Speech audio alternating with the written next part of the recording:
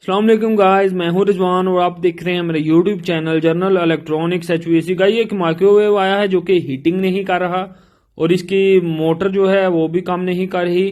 तो मुकम्मल लाइव आप लोग के साथ हम शेयर करने वाले हैं सब कुछ कि किस तरह हम इसको रिपेयर करेंगे और टेस्ट करेंगे। सबसे पहले हम इसको इलेक्ट्रिक में लगा लेते हैं और देखते हैं कि इसमें प्रॉब्लम क्या है।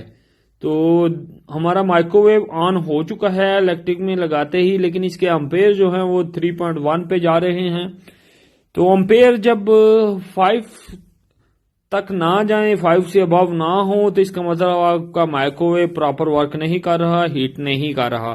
तो इसको सबसे पहले हमने ओपन कर लिया है और इसके अंदर काफी कचरा वगैरह है। तो सबसे पहले इसको क्लीन कर लेंगे, ब्लोर वगैरह मार के साफ कर लेंगे क्योंकि स्पार्किंग हो जाती है डस्ट की वजह से। तो इसको लड़के क्लीन कर रहे हैं।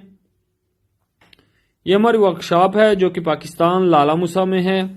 कोई भी आपका काम हो रेफ्रिजरेशन से रिलेटेड, माइक्रोवेव से रिलेटेड, आप हमसे कांटेक्ट कर सकते हैं। हमारे नंबर सारे आपको बोर्ड पे शो हो रहे हैं। कोई भी आपको स्पेयर पार्ट चाहिए हो एसी फ्रिज से रिलेटेड, तो फिर भी आप हमसे कांटेक्ट कर सकते हैं। तो गाइज मल्टीमीटर से सबसे पहले हम इसका फ्यूज चेक करेंगे क्योंकि हमारा माइक्रोवेव ऑन तो हो रहा है लेकिन हीटिंग नहीं कर रहा। तो हमारे ट्रांसफार्मर से कैपेसिटर के दरमियान जो वायर लगी होती है उसमें एक फ्यूज होता है। तो देखिए हम फ्यूज टेस्ट कर रहे हैं, हमारा फ्यूज जो है वो सही नहीं है। मैं ओपन करके भी आप लोग को दिखा देता हूं। इसको हमने ओपन कर लिया तो ये हमारे पास फ्यूज है। तो हमने इसे टेस्ट किया तो हमारा फ्यूज जो है खराब है, फ्यूज हमारा सही नहीं है। तो ये हमारे पास सही फ्यूज है, खराब वाला हमने निकाल दिया है। ये हमारे पास नया फ्यूज है, ये खराब वाला था।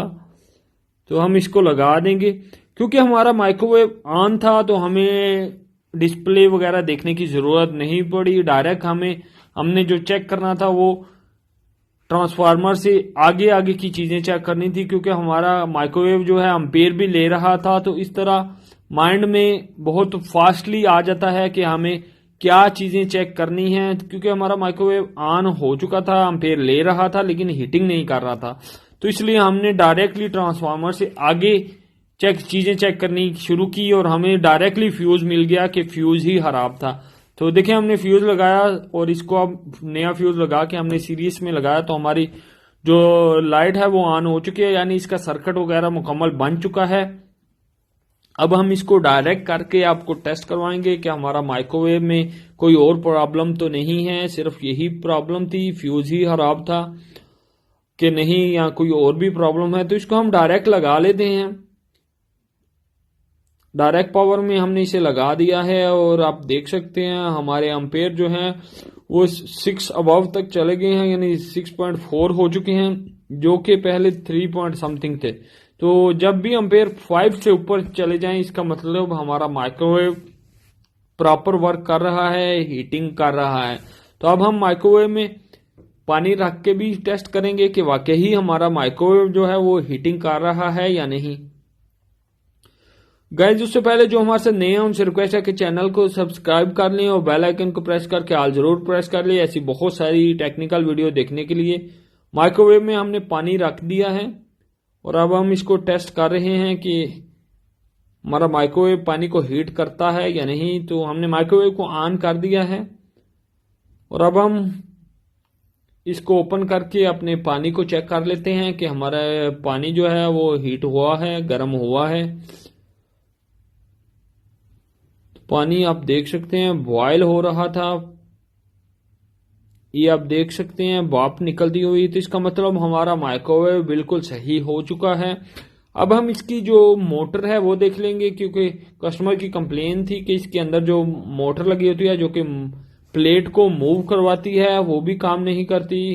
कोई भी चीज रखते हैं तो वो मूव नहीं होती। तो उसको किस तरह हम टेस्ट करेंगे वो भी आप लोग के साथ शेयर करने वाले हैं। माइक्रोवेव को हमने एक साइड पे रख लिया है क्योंकि हमारी मोटर जो है वो माइक्रोवेव के नीचे लगी होती है। तो सबसे पहले हमने देखना होता है कि हमारी मोटर जो है वो कितने वोल्टेज की लगी हुई है। तो सबसे पहले हम मोटर को देख लेते हैं कि हमारी जो मोटर है वो कितने वोल्टेज की है। तो ये नीचे आपको मोटर नज़र आ रही है लगी हुई। हमारी मोटर जो है वो आपको नज़र आ रहा है 220 वोल्टेज है, 240 वोल्टेज की है। ये आपको नज़र आ रहा है 200 से 240 वोल्टेज की है। तो इसमें मुख्तलिफ वोल्टेज की मोटर आती हैं। 30 वोल्ट की मोटर आती है, इसके अलावा 21 वोल्ट की मोटर आती है। तो अब हम इसको मीटर को एसी वोल्टेज पे रख लेंगे। ये आप देख सकते हैं हमने मीटर को एसी वोल्टेज पे रखा हुआ है। और इस मोटर के दो ही पॉइंट होते हैं, दो ही वायर आके इसको लगी होती हैं। तो दोनों वायरों को लगा लेंगे और माइक्रोवेव को हमने ऑन कर दिया है। और अब हम देखते हैं कि हमारी मीटर जो है पावर शो करता है या नहीं। तो माइक्रोवेव हमारा ऑन हो चुका है, जैसा कि आप देख सकते हैं एम्पेयर ले रहा है और मीटर जो है वो भी वोल्टेज शो कर रहा है। तो इसका मतलब हमारा जो वोल्टेज है वो यहां तक मोटर तक आ रहे हैं, लेकिन मोटर नहीं चल रही। इसका मतलब हमारी जो मोटर है वो खराब है। तो ये मोटर जो है इस तरह हम इजीली टेस्ट कर सकते हैं। मोटर का एक स्क्रू है, उसको हम ओपन करके इसको निकाल लेंगे। एक साइड में स्क्रू है और शायद एक साइड में लॉक लगा हुआ है। तो इजीली मोटर जो है ये रिमूव हो जाती है। किस तरह रिमूव करते हैं आपके सामने हम आप लोग को दिखाते हैं। तो इस मोटर के दोनों साइड में स्क्रू लगे हुए हैं। कुछ मोटर के एक साइड में लॉक होता है और एक साइड में स्क्रू होता है, लेकिन इस मोटर के दोनों साइड में ही स्क्रू लगे हुए हैं। तो दोनों स्क्रू हम ओपन कर लेंगे ताकि मोटर जो है हम रिमूव कर सकें। तो गाइस आप देख सकते हैं हम इजीली इस तरह दो स्क्रू रिमूव करके मोटर को बाहर निकाल सकते हैं। तो इसकी दो ही वायरें होती हैं। ये दोनों वायरें हम उतार के और दूसरी मोटर लगा के इजीली मोटर को चेंज कर सकते हैं। तो गाइस वीडियो अच्छी लगे, वीडियो में इंफॉर्मेशन मिले तो वीडियो को शेयर ज़रूर करें। देखें हमने इसे ऑन किया हुआ है, वोल्टेज आ रहे हैं, लेकिन हमारी मोटर जो है ऊपर से बिल्कुल मूव नहीं कर रही। तो 100% श्योर हमारी मोटर ख़राब है। थैंक यू गाइस, अल्लाह हाफिज़।